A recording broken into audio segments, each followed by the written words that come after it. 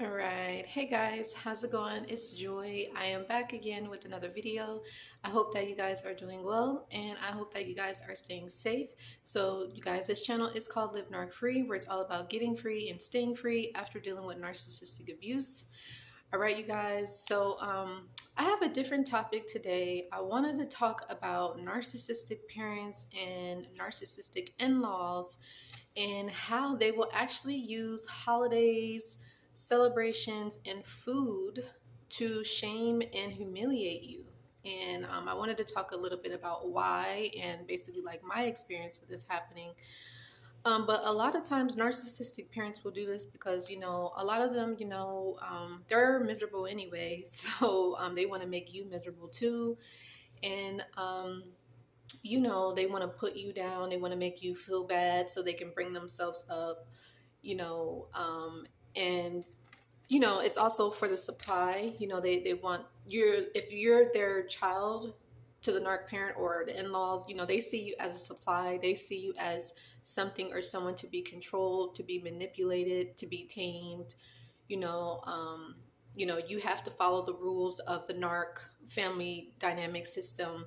And if you go outside of that family dynamic system, or if it's like an in-law situation, you're going to be punished, you're going to be rejected, you're going to be shunned, and you're going to be abandoned until you comply, until you quote unquote follow the rules, or until you submit to the narc parent or the narc in-law, which I know sounds crazy, right? But yeah, during this time, just be mindful. Narcissistic parents and in-laws will use the holidays to shame you. Now, I can tell you guys with my experience, I lived with my aunt for 5 years. She was a narc. I dated a male narc while I was living with my aunt. I want to say it was like maybe the third or the fourth year when I was living with my aunt is when I met the male narc. And then you guys know later on in my journey, in 2016, I did meet a borderline, but luckily that was only for 4 months. So that was good. But either way, I remember during the holiday time, my aunt, she would always be like bragging about how she cooked all this food, but then she would also complain and say like no one was helping her cook food, and like, we should be helping her cook. And she was like playing the victim and all that stuff and trying to make everybody else feel bad. But, again, to bring herself up, that's what they will do. They try to make you feel less than, less worthy. Again, they're not in the right state of mind, and they want you to feel how they feel.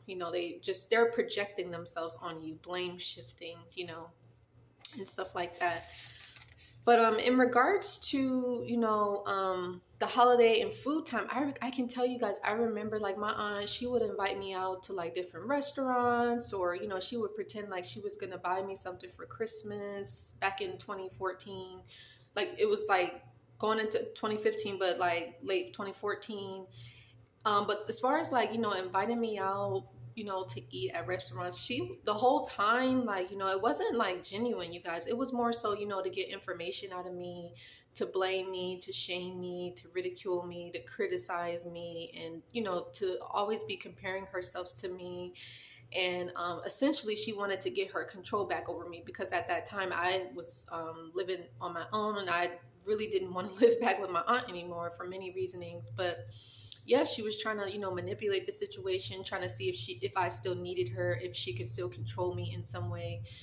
So you do just want to keep that in mind. I could tell you, I remember one time from even my birthday, she was like pretending, she's like, oh, what are you doing for your birthday? And we ended up doing something, but, she was essentially trying to ruin it. She was complaining about the food, and she was like, oh, well, you want a cake? And I was telling her like, yeah, and they brought out a slice of cake. She was like, oh, I hope we didn't ruin your birthday, but that was her intentions. And I did talk about this in another video, so you can definitely check that out. But yeah, they will shame you. And I could also tell you too, even for her birthday, you guys, before I went no contact with her in 2015, I mentioned this, she was like, oh, Joy, where's your muscles at? And she was like, oh, I heard are you still a vegetarian? Do you know about this vegetable? And if you don't, why don't you know about it?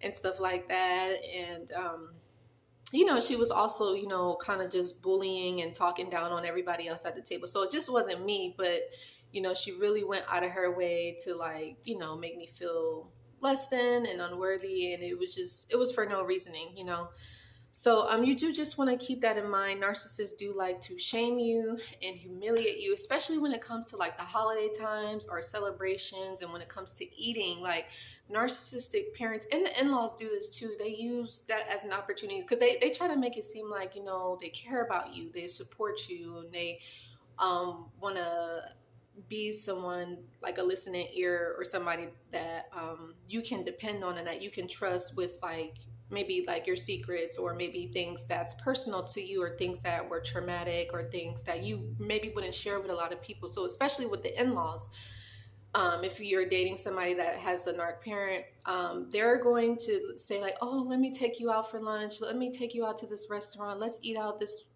place here, let's get to know each other. And so that narc in-law is going to be sharing all this information about themselves, whether it's true or false. And what they want to do, the goal is they want you to open up and share all of your, personal information, traumas and triggers. So that way they're like, okay, I know what can get to them, and I know how to hurt them, so I can re-traumatize them. The narcissistic parents and the in-laws want to re-traumatize you, or for sure the in-laws, because the in-laws, you don't really know them like that right away. So the in-law is going to be love bombing you, and so they're trying to get information out of you. But if you're wondering like, okay, what do I do during this period of time? Because for some, you might be getting hoovered by your in-laws or parents. So what you want to do is just make sure that you, for one, maybe you might want to cook your own meal this year, or, maybe not say much when you're around your in-laws or around your parents. Like, don't share information that's going on in your life. Just keep it very surface level. Give like one question answers, like yes or no. And then, just kind of, if you have to, say like, oh, it's time to go, or something like that. Make up an excuse to leave, and say like you're busy or something like that. Because the whole point is like, these narcissistic parents and in-laws, they want the drama, they want the chaos, they want the confusion, and they want constant toxicity, and they want you to feel embarrassed and shameful and humiliated. Because again, whatever personal information you have told them, with the narcissistic parents and in-laws, they like to tell everybody else, even if they're not even supposed to know it. Like, for some reason, the in-laws and the parents just feel like everybody should know about it, especially if it's something like it's really embarrassing, or you feel shameful about, you feel regretful about, and you tell that in-law, then they're going to share that with everybody else and use that against you during the holidays, use that against you like maybe on your birthday, or use that against you like on a very important day, which is unacceptable. So anyway, I hope that you guys enjoy this. Just understand, what you have to do, as I always say, you have to be independent. You have to learn how to work through that codependencies. You have to work on yourself, and you have to learn how to set up boundaries and be assertive to your narcissistic parent and your narcissistic in-laws, because you guys know that these people do not change. They don't want to change. And they will ruin your holiday if you allow them to, because again, they're fishing up for supply. They want you to react in a negative way. They prefer the negative emotions versus the positive emotions. So don't allow these people to shame you. Don't allow them to humiliate you. Keep to yourself, stay low key, limited contact, And so anyway, I hope that this was helpful. I would love to know, what was you guys' biggest takeaway? Are you dealing with this, you guys? Let me know. I would really love to hear. And don't forget, you guys, make sure that you do check out my other videos where I talk about if you're dealing with this, setting boundaries with narcissistic parents, and also being aware of holiday hoovers, and being aware of, like, don't be surprised if you're being hoovered by a narc parent or in-law. And sometimes, again, you might even just ignore it if it's to that point. You might have to ignore your parent. You might have to ignore the in-law. You might have to tell your partner to ignore their in-law, or have limited contact, or not tell them information that's going on with you and your household and your children, because those in-laws, they're fishing for that information. That's why they're trying to love bomb you in the beginning, to get information out of you to use against you. So, and don't forget, you guys, I hope that that's helpful, but I do have my self-care package deal still going on, so definitely check that out. If you want to learn more about working on yourself, loving on yourself, and being a better version of who you are, especially during this holiday time, is definitely much needed. And don't forget to check out, even on that self-care holiday package deal, it's actually a discount on that right now. So I'm going to link it below if you want to learn more about it. No one else is going to love you more than you. Nobody else is going to give you that attention that you need, or make you a priority, or, want to be around you, but you. So if somebody rejects you, just see it as their loss, or if your parent rejects you, or the in-law rejects you, doesn't want to be around you, you don't have to be around them, you guys. And your partner may want to be around them, but you may have to explain to your partner, what's going on. And if they don't agree, or if they're, not in a, if there's discommunication, or,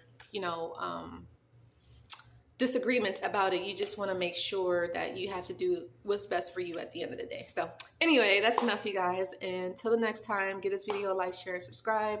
And yeah, see you in the next video. Bye, guys.